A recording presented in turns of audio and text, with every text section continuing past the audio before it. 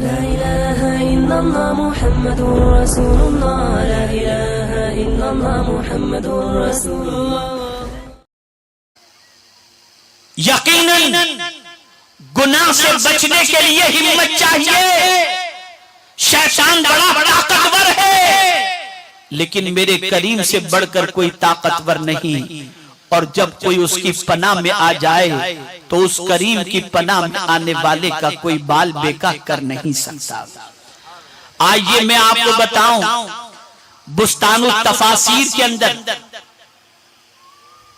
شیطان کی شرارتوں سے بچنے کے لیے آقا کریم صلی اللہ علیہ وسلم کا ایک ارشاد موجود ہے.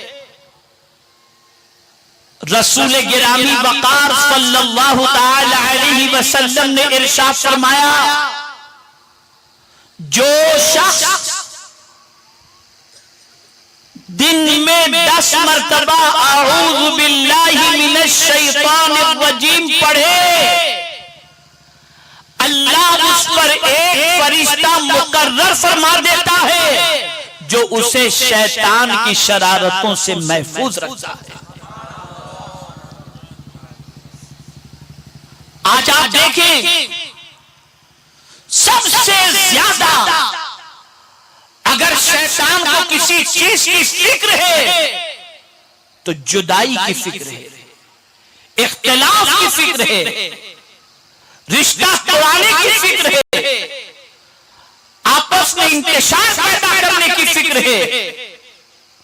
اور وہ چاہتا ہے کہ جھگڑے ہوں, فسادات ہوں, وہ چاہتا ہے کہ آپس کے اندر نا اتفاقیاں ہوں.